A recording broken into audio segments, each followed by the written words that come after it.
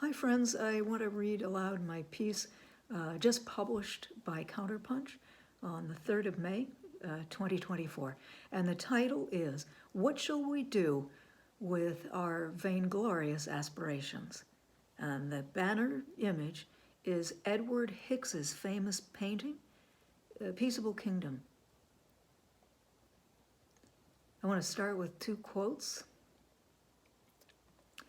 The Lord God said to the serpent, because you did this, more cursed shall you be than all cattle and all wild beasts. On your belly shall you crawl, and dirt shall you eat all the days of your life.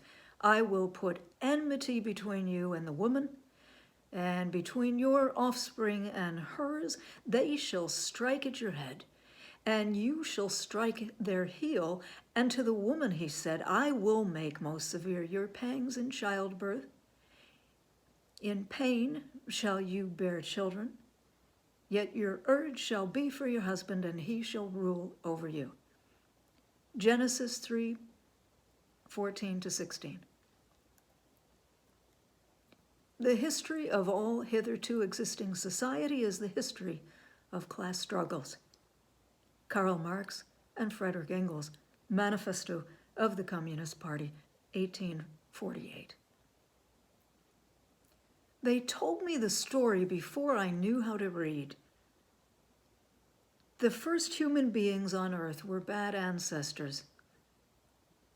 Our longing for redemption from the biblical fall percolates through many generations of writings and arts.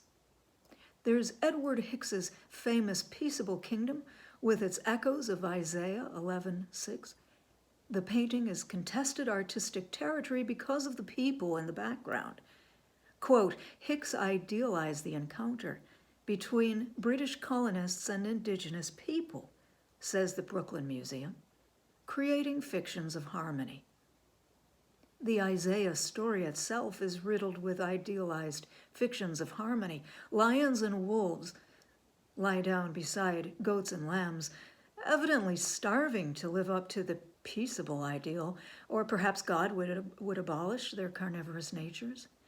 Either way, it's doom and gloom for natural predators who now take their marching orders from a little child. What could lie ahead? Cattle breeding, sheep herding, wolf trapping, bull riding, horse breaking, lion taming, snake charming. Homo sapiens devise unlimited torments for our cohabitants on this planet.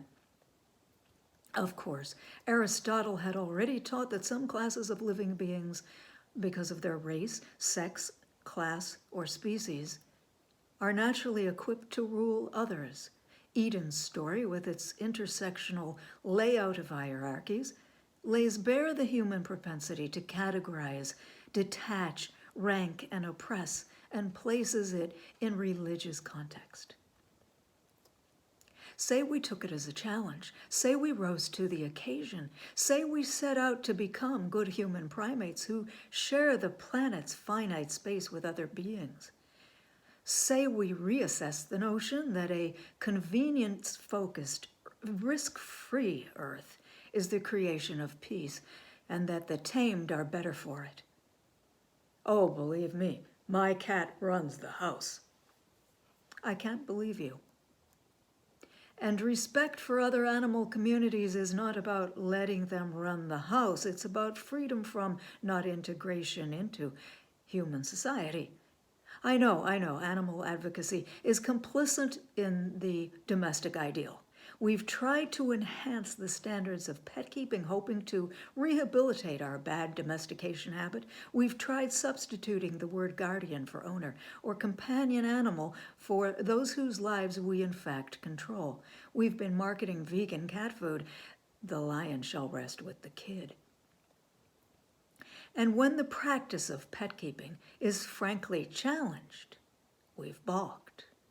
Isn't it symbiosis? A pact made at the campfire? Mutual choice? I mean, my cat runs the house.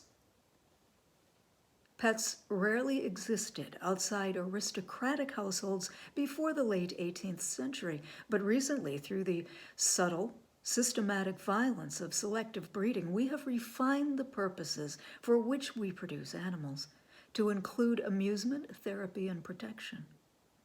Pets are a relatively new twist on an old tale, as humans have long colonized other habitats and evolution itself. Some 50,000 years ago, and I link a piece that Julia Whitty wrote some years ago called Gone in Mother Jones, describing this. Our human primate ancestors moved outside their equatorial lands armed with blades and harpoons. Eventually, they developed the weapons of mass domestication, overpowering indigenous ecologies with their hoes and their grazing animals. Their hoes, their scythes, their grazing animals. And to this day, we break apart forests. We plant vast monocultures, pollute the air, the water, the land, and develop chemical and nuclear weaponry. We're driving global heating, exacerbating our assaults on biodiversity. To acknowledge our impact on Earth's life is to place all our work, musings, disappointments, and hopes into perspective. What does it mean for us to become aware moral actors on our ecological stage? Accepting the role is vital if we would keep this stage from falling apart. So, what shall we do? Yi Fu Tuan noted, quote, the human need to associate with animals and to do so on the principles of domination and control in Eden and in practical life. Further quote from Tuan here.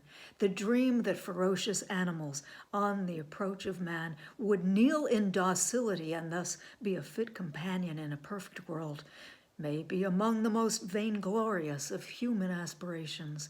Attempts to translate the dream into reality encounter the problem of how animals can be brought into the garden and made to seem a natural and integral part of it.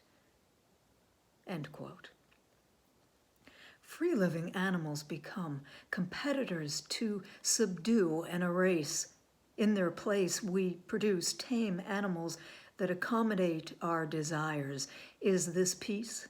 I know better now. Peace is lying under a lamppost, watching bats flutter in the evening. Peace is meeting a coyote's gaze at dawn, or pausing to watch deer cross a snowy meadow. It's in the silent moments when we're awed to have been born on such a planet. Rethink the garden. Wolves do their best to cling to pockets of land on the periphery of human society, but we'd rather have purpose-bred animals grazing there. Wild cats are nearly extinct due to habitat loss and hybridization with the cats we've domesticated and who now run the house and the yard too. In a continual feedback loop, the imposition of domesticated life on the planet creates conditions that threaten the coping skills of the free. That's where we are. Earth in the Anthropocene is a place where free animals have been stripped of their birthright to evolve in their age-old habitats. Nor can domestication replace that evolution. It only perverts it. We're civilizing animals to death as well as driving them extinct. Well, you might object, that genie has left the bottle. Yes, well, you and I are that genie. For all our high-tech prowess, have we moved any closer to a peaceable world? Why keep pressing forward to an ecological dead end? I know we're not used to a framework in which humans simply respect each other in all living communities, but we can aspire to it.